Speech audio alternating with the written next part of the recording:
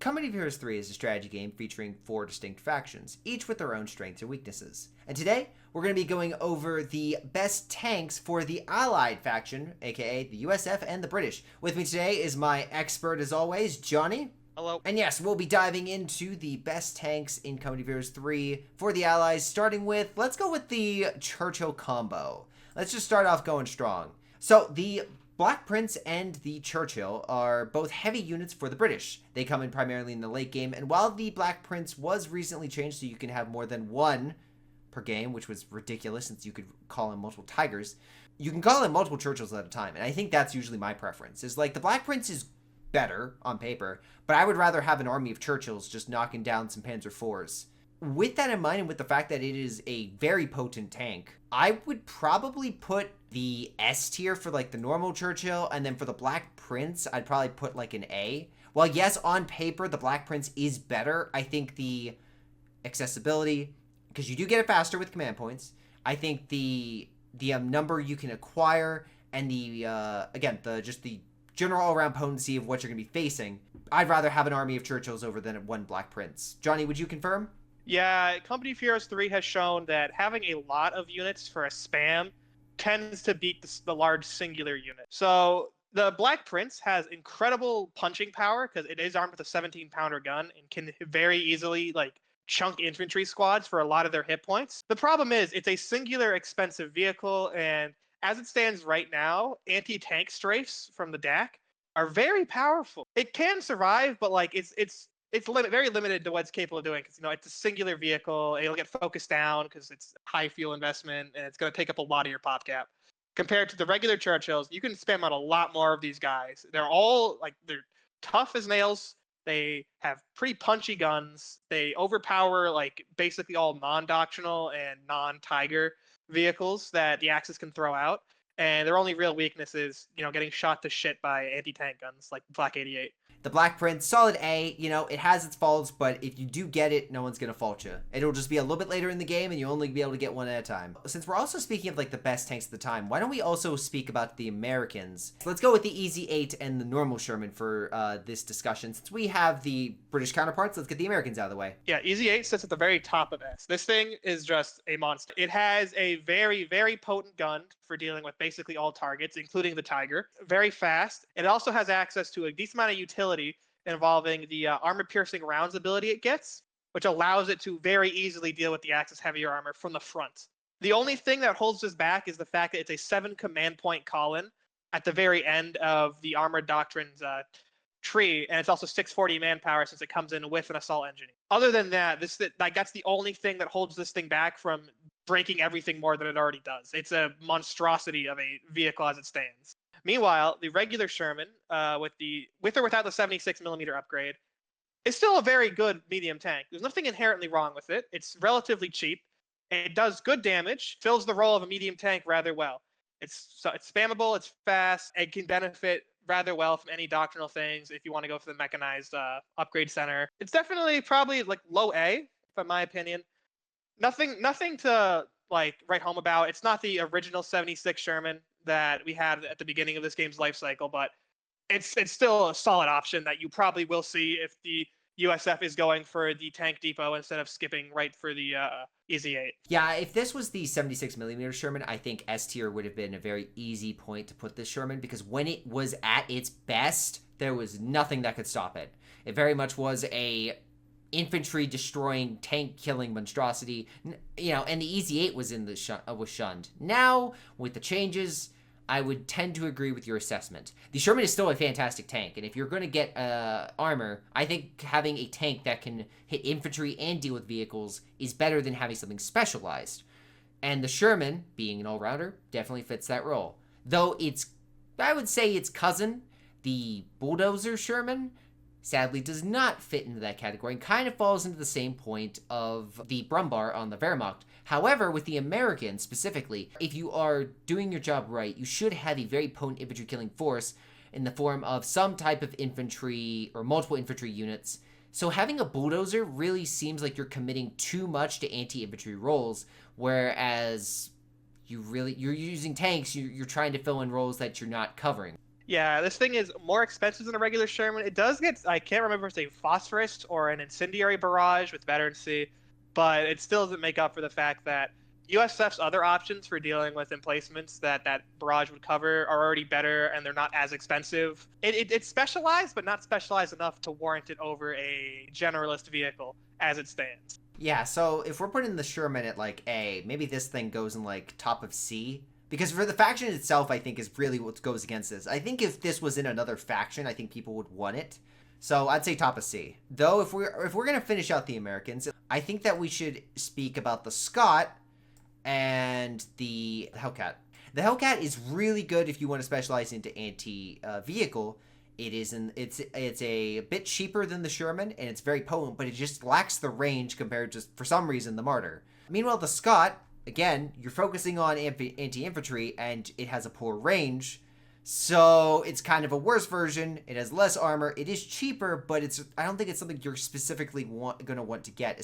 Also, you have to pick this over, oh god, what is it? Seek and Destroy. Yeah, Seek and Destroy, which just seems ludicrous.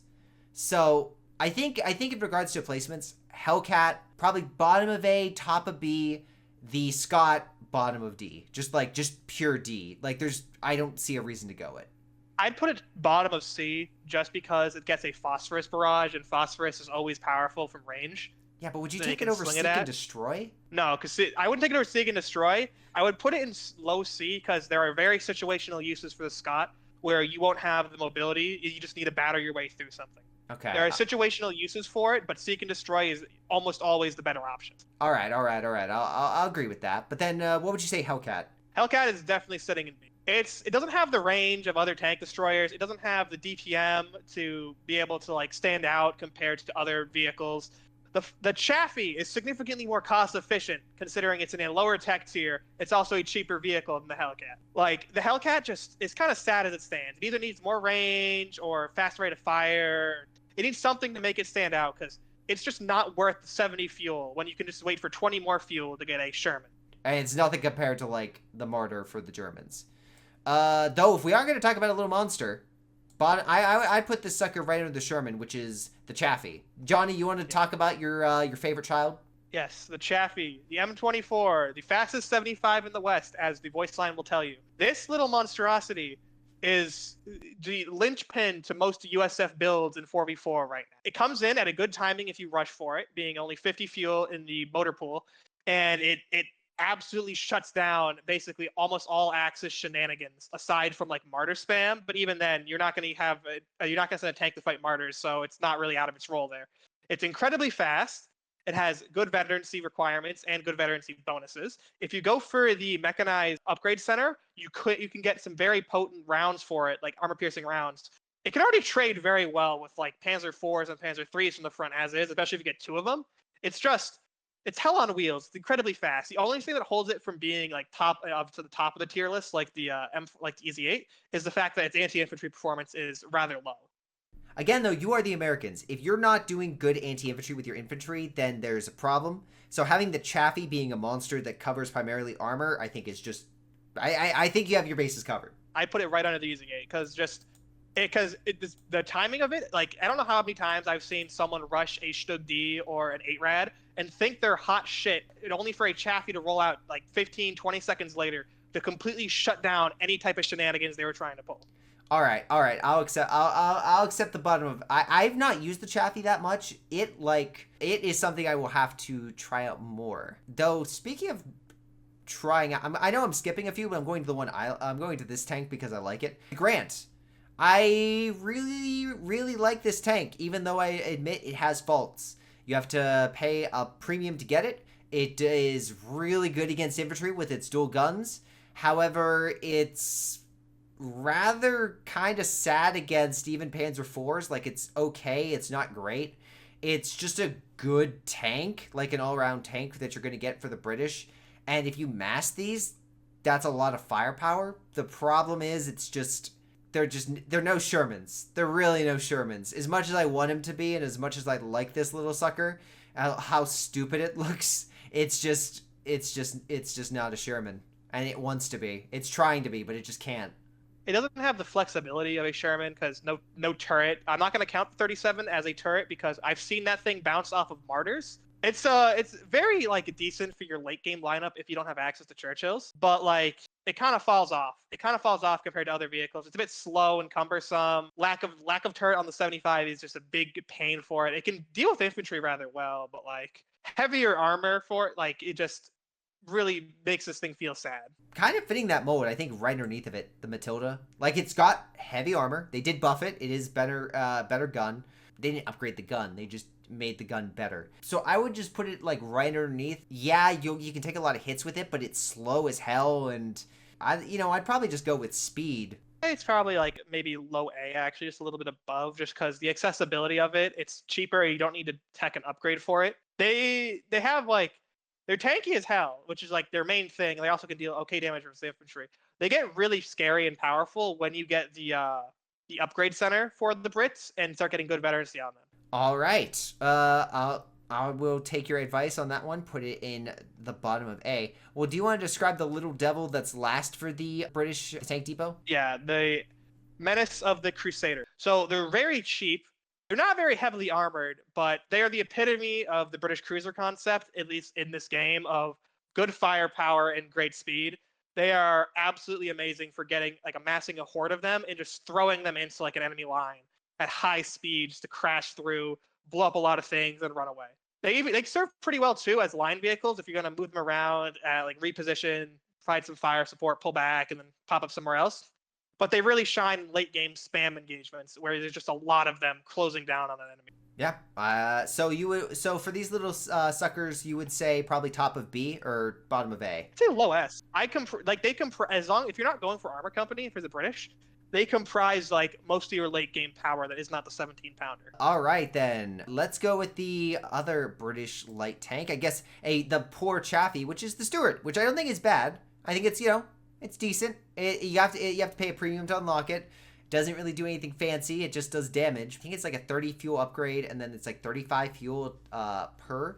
So if you're in like 4v4 or 3v3, you can spam these in like mass, which has been done against me. And yeah, even like martyrs are gonna get swarmed. But minus that like situation, I don't think the battlefield is gonna be ruled by the Stuart. No, the Stuart does not command the same presence as the Chaffee does in terms of most vehicles like that aren't like the 8 rad aren't really scared of the Stuart. The Stug D can't really fight a Stuart too well if it's moving. But like it feels like that comes out a bit later, and it doesn't have the punching power of the Chaffee. It can deal with infantry, which means it's better than a Chaffee against infantry. But like it feels like a stopgap tank. You get to like try to push the engagements in your favor at that timing. Yeah. So would you say bottom of B or top of C? Bottom of B, because you see a lot. You still see a decent amount of them used. Yeah. It does have the potential of just swarming, which is interesting for like the Allies, like swarming early, especially with the Chaffee. Usually the two are combined. Like if the Americans are swarming Chaffies, then the Brits are swarming Stuarts, and you're just gone. You're just dead. Though one thing they will not be spamming, Centaur. Okay, so for anyone who is seeing a bit of confusion here, Centaur is the name of the chassis. Company of Heroes 2 Centaur is an anti-aircraft vehicle. Company of Heroes 3 Centaur mounts a 95mm HE lobbing gun. So this is a anti-fortification and anti-infantry specialized vehicle. Of all the doctrines, it comes in air and sea. I mean, I understand like trying to get like fire support for it, but I don't feel like it has a ton of synergy with that doctrine, because that doctrine already gives a ton of anti-infantry, anti-fortification power with commandos and the LMG commando section. So this tank kind of feels like it gets outpowered and out cost efficiency by its own doctrine. It's not horrible. It's no Stug D. It's no Stug D, which is really unfortunate. Though what can compare to the Stug D? So I'd probably put it like as like a mid C. Again, you can notice like a trend with all the anti-infantry tanks for the Allies. Just, they're good in their roles, but like if you're playing the Allies right, you shouldn't need that role covered. And then last but not least, the Crusader AA is their final tank. And honestly, it packs a wallop. It does a good amount of damage. You can do a focus barrage, if I'm not mistaken. If you want anti-infantry, sure. It also does AA, which is probably makes it better than everything else in C. I would say this is a solid like bottom of B, just because of where it sits in the British Armored Company doctrine. It is the like final tank before getting the Churchills. It's not great, not in the slightest. The rapid fire ability, like, is very deceptive. It will mace infantry for not paying attention to it, but like, it just doesn't have the DPS. It's no Company of Heroes 2 Centaur anti-aircraft. I have seen only one effective use of this thing in a late game engagement of sending one in to flank a bunch of damaged martyrs with the rapid fire ability active, which it can do a lot of damage because martyrs have no HP, but like, I've only seen that once in the many games I've played. A unicorn performance, we will not give this this unit in regard for like a boost in like rating. And yeah, I would agree with the Bomb-B, especially with the anti-air ability. It's just a nice bonus. It at least has another purpose other than just pure anti-infantry, which comprises everything else in C. I think the utility and the abilities and the potential is what elevates this above B and leaves everything else in the dust in C.